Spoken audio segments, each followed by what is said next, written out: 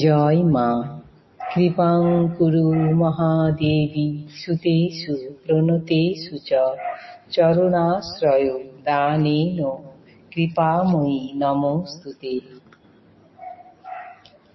স্বামী পূর্ণাত্মানন্দ মহারাজের লেখা চিরন্তনী সারদা নামক গ্রন্থ থেকে আমাদের পাঠ চলছে। স্বামীজির ভারত পরিক্রমা ও বিশ্ব পরিক্রমা এবং শ্রী শ্রী মা। আজ ষষ্ঠ দিন পাঠ হচ্ছে। গতদিন আমরা পাঠ করে জেনেছিলাম স্বামীজি মায়ের আশীর্বাদ নিয়ে পরিব্রাজক যাত্রায় বের হলেন। দীর্ঘদিন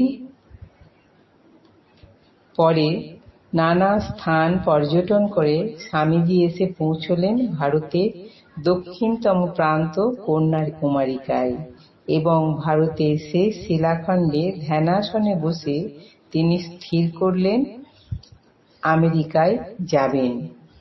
মাদ্রাজে স্বামীজির অনুরাগীবৃন্দ স্বামীজির পাশ্চাত্য গমনের জন্য কিছু অর্থ সংগ্রহ করেছিলেন।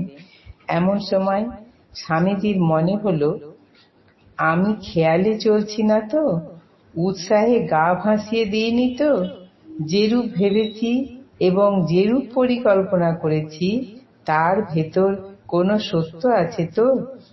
তিনি প্রার্থনা জানালেন, মা তোমার কি ইচ্ছা বলো। মা আমি যন্ত্র, তুমি যন্ত্রী। স্বামীজি মায়ের আদেশেরও অপেক্ষা করতে লাগলেন। এই মা অবশ্যই জগৎ জননী, কিন্তু মায়ের আদেশ যেভাবেই আসুক তার সঙ্গে যে সীমা যুক্ত থাকবেন সেটা স্বামীজির চিন্তায় অবশ্যই ছিল। প্রব্রজা সূচনার প্রাক্কালে তাঁর আশীর্বাদ তিনি গ্রহণ করতে গিয়েছিলেন এই দৃষ্টি নিয়ে। তিনি হয়তো ভেবেছিলেন কারো মাধ্যমে শ্রীমায়ের কাছে থেকে অপ্রত্যাশিতভাবে কোনো নির্দেশ আসবে, কিন্তু যখন কোনো আদেশ বা ইঙ্গিত এলো না তখন স্বামীজি তার মাদ্রাজের যুবক অনুরাগীদের বললেন, বৎসগণ, আমি মায়ের অভিপ্রায় তাঁরই কাছে জেনে নিতে বদ্ধপরিকর। এ তো অন্ধকারে ঝম্প প্রদান ছাড়া আর কিছু নয়। অতএব মাকে প্রমাণ করতে হবে যে এ তাঁরই ইচ্ছা। যদি তাঁরই ইচ্ছা হয় তবে অর্থ আপনা থেকেই আবার আসবে। অতএব ওই টাকা নিয়ে যাও এবং গরিবদের মধ্যে বিলিয়ে দাও। স্বামীজির নির্দেশ পালিত হল।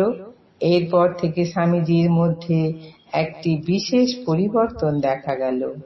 তিনি আরো অন্তর্মুখী হয়ে গেলেন।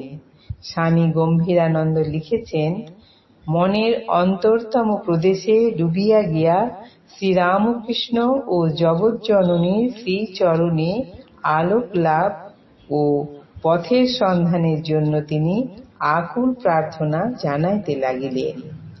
ওইকালে তাহার গভীর ধ্যান পরায়ণতা সকলের দৃষ্টি আকর্ষণ করিল।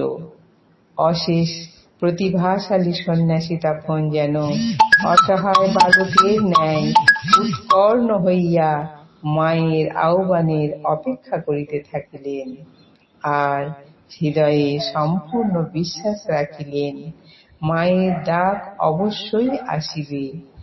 এক সুদূর সংকল্প তাহার মনে, এক সুদৃঢ় সংকল্প তাহার মনে জাগিয়া রহিল। মায়ের অভিপ্রায় মায়েরই কাছে না জানিয়া কোন রকম সিদ্ধান্ত গৃহীত হইবে না। ইতিমধ্যে বেশ কিছুদিন অতিক্রান্ত হয়েছে। একদিকে অস্থির উদ্বেগ, অন্যদিকে ঐকান্তিক ধ্যান প্রার্থনায় স্বামীজির দিন কাটছে। একদিন রাত্রে অর্ধনিদ্রিত অবস্থায় তাঁর একটি দর্শন হল। তিনি দেখলেন সামনে বিস্তৃত মহাসমুদ্র, তার তীরে দণ্ডায়মান শ্রীরামকৃষ্ণ। তিনি সমুদ্রে নেমে পদব্রজে অপর তীরাভিমুখে চলেছেন এবং স্বামীজিকে ইঙ্গিত করছেন তাকে অনুসরণ করতে। অতঃপর তিনি শুনলেন একটি অশরীরী বাণী, যাও, নিদ্রাভঙ্গ হলে পরম শান্তি ও আনন্দে স্বামীজির প্রাণ মন পূর্ণ হল। বুঝলেন শ্রীরামকৃষ্ণ তাকে শিকাগো ধর্ম মহাসভায় যোগদান করতে ওইভাবে নির্দেশ দিলেন। স্বামীজি নব উৎসাহে উদ্দীপ্ত হলেন। আজ এই পর্যন্তই। জননীং শারদাং দেবীং রামকৃষ্ণং জগদ্গুরুং পাদ পদ্মে তয়ো স্থিত্বা প্রণমামি মুহুর্মুহুঃ। জয় মা।